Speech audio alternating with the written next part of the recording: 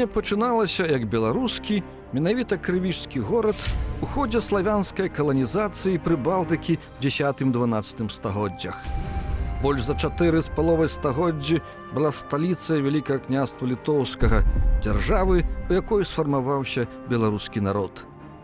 Пад расійскай акупацыяй в 19 стагоддзі менавіта ў Вільні пачынаўся беларускі нацыянальны рух, ствараліся першыя газеты, арганізацыі і палітычныя партыі. У савецкай Беларусі камуністычная прапаганда і афіцыёзная гістарыяграфія прыкладалі вялікія намаганні, каб сцерці гэты горад з беларускай гістарычнай памяці.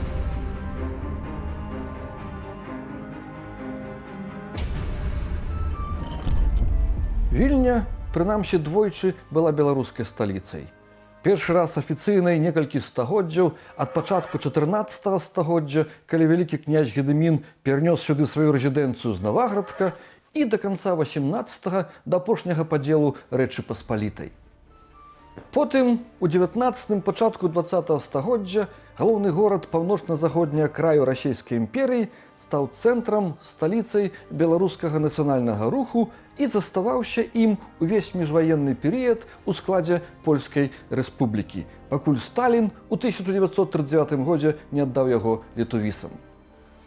Беларусы ў 19-20 стагоддзях адназначна ўспрымалі Вільню як свой горад, хоць паводле моўнай прыкметы ён быў пераважна польска-габрэйскім. Якуб Колас пісаў у «Новай зямлі».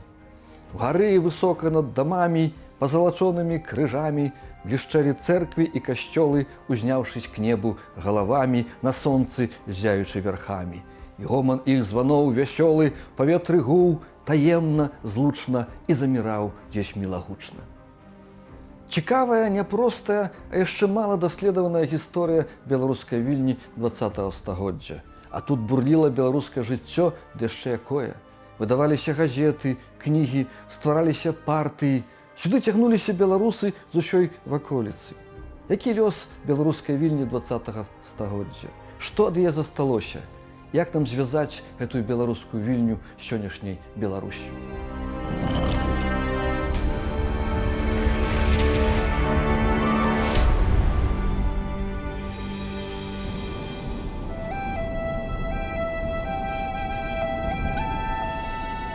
Вільня пачыналася в 11-12 стагоддзях як паселішча крывічоў і праз усё сярэднявечча развівалася як пераважна беларускі горад, пакуль ад 17 стагоддзя яе жыхары не пачалі паступова пераходзіць на польскую мову. А з развіццём габрэйскай супольнасці у 19 стагоддзі горад ужо стаў польска-габрэйскім месцам. Але з усіх бакоў горад быў аточаны беларускамоўнай сялянскай стыхіяй, і невыпадкова менавіта тут пачалі зараджацца падставы беларускага нацыянальнага руху. Тут адбыўся першы з'езд першай беларускай сацыялістычнай партыі «Беларуская рэвалюцыйная грамада», пазней названай беларускай сацыялістычнай грамадой. Ажыўленне беларускага руху пачалося пасля рэвалюцыі 1905 году. З 1906 году выдаваліся газеты «Наша Ніва» і «Наша доля». Пазней часопіс «Саха».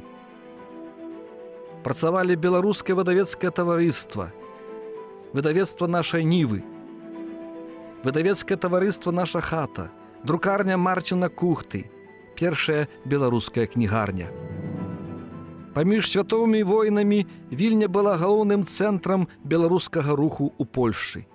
Таварыства беларускай школы, Беларускі сялянскі саюз, Беларуская сялянская партыя, Беларуская сялянская работніцкая грамада, Беларускі студэнцкі саюз, Беларуская гімназія, Беларускі музей, арганізацыі пісьменнікаў і мастакоў, агулам больш за 100 газет і часопісаў. У пачатку Другой святовай вайны на некалькі тыдняў Вільня была далучаная да БССР, але неўзабаве афіцыйна перададзеная Літуве. Ад часоў гарбачоўскай перабудовы ў канцы 80-х гадоў 20 стагоддзя пачалося адраджэнне і арганізацыйнае афармленне беларускага нацыянальнага жыцця ў Вільні. Але казаць пра вяртанне гэтага горада ў кантэкст беларуска-культурніцкага жыцця пакуль што не выпадае. Адна з прычынаў новая дзяржаўная мяжа і звязаны з ёй цяжкасці камунікацыі Вільня-Менск.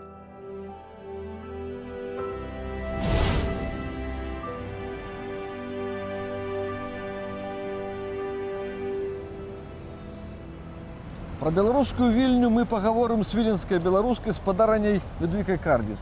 Людвіка, мы каля святога месца, вострай брамы. Гэта пагоня, нават на шчасце захавалася яшчэ з тых часоў, так? У Вільні таксама тое ўсё пабурылі і знеслі, але вось пагоня нейкім такім дзівосным чынам, можа, там яе маці Божа Вастрабрамская абараняла.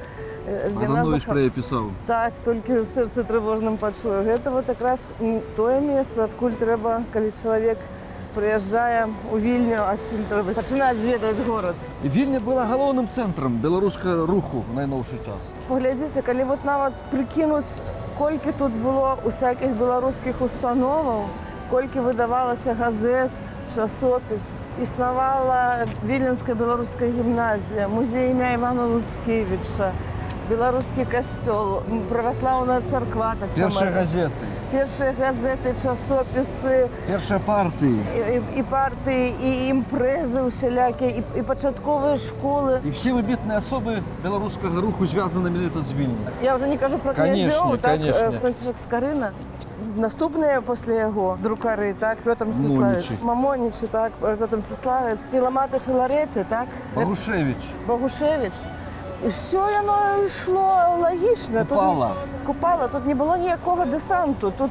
Чотка, Богданович, все жили тут. Так. Аляхнович, Тарашкевич. Францішак Аляхнович, він у Вільні народився, так? А Браніслав Тарашкевич, він з-пад Вільні. Вони якраз би, коли там може хтось сказати, що хтось откудись приїхав, що це люди, які вирощені на цій землі.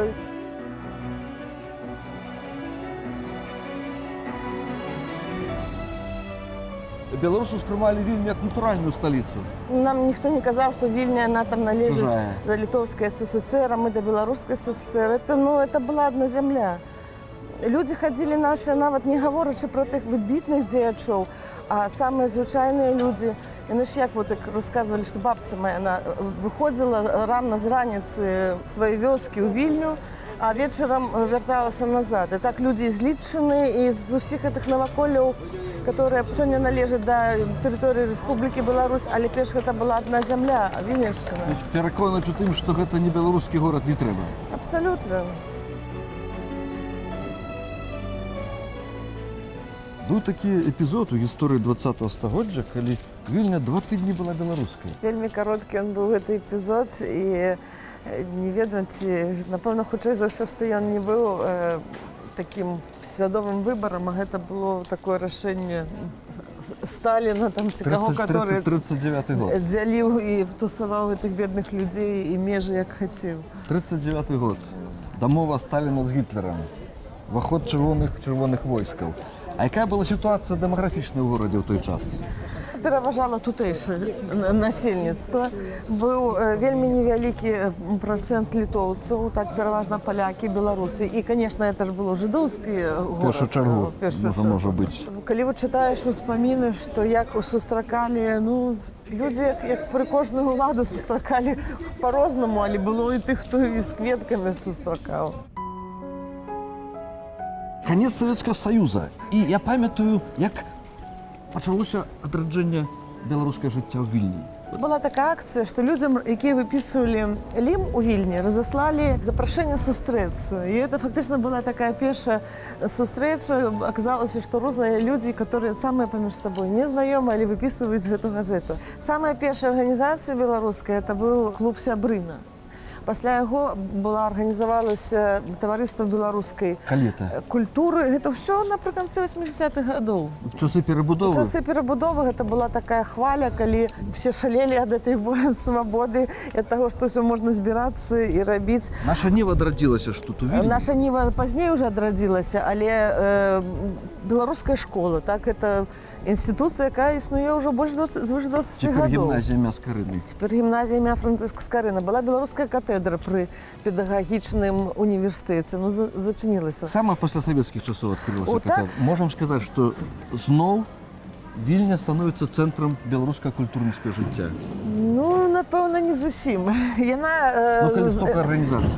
ну, яно розуміється, наколькі вони там дзейні, гэтай арганізації, тут ще одне питання. Тобто не можемо сказати про це. Ну, не можемо сказати, що стало. Ну, на жаль, тут яна захоўвае прысутнасць беларускую Вільні. Тобто обозначає присутність. Абазначаюць гэтай арганізацыі, але сказаць, што стала цэнтрам, ну... Куди більше?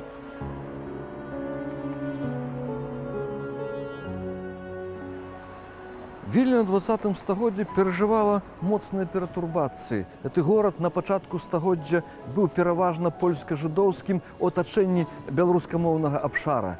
Этнаграфічныя даследаванні паказваюць, што ва ўсей Віленскай губерніі аж да Коўна беларускамоўнае насельніцтва складала 60%, але горад быў з дамінацыяй польскай культуры і з дамінацыяй габрэйскага насельніцтва.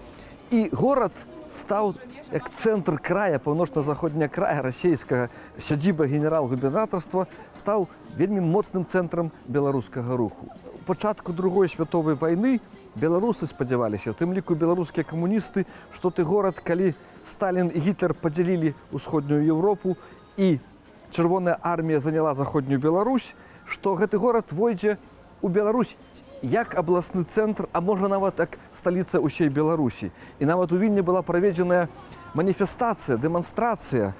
Пісалі, што было 75 тысяч жыхароў, но это малаверагодна, бо немногім больш было насельніцтва Вільні на той час.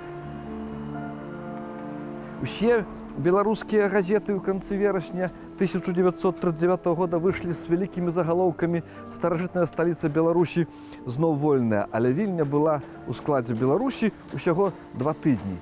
Патаемныя рашэнні у Маскве перамовы Сталіна з літувійскім урадам Віленшчына была перададзена Рэспубліцы Літува за размяшчэнне гарнізона Чырвонай арміі, гарнізонаў у Літуве ў складзе 20 тысяч чалавек.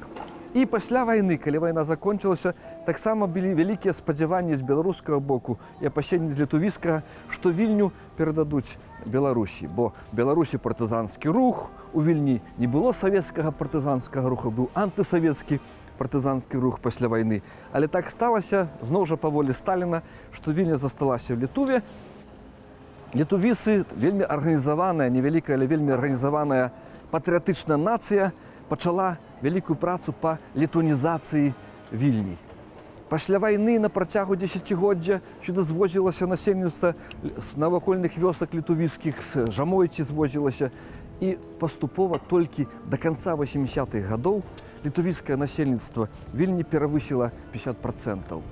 А цяпер, калі незалежная Рэпубліка Літува існуе, гэта сталіца, гэта еўрапейская сталіца, яна сапраўдны літувійскі еўрапейскі горад.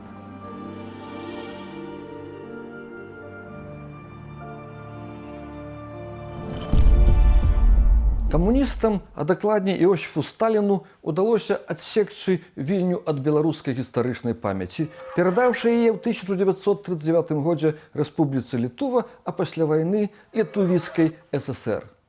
КДБ пільнаваў, каб беларусы не загнездзіліся ў Вільні, і нават у афіцыйнай беларускай мове традыцыйную шматвекавую назву горада замянілі на літувійскую Вільнюс.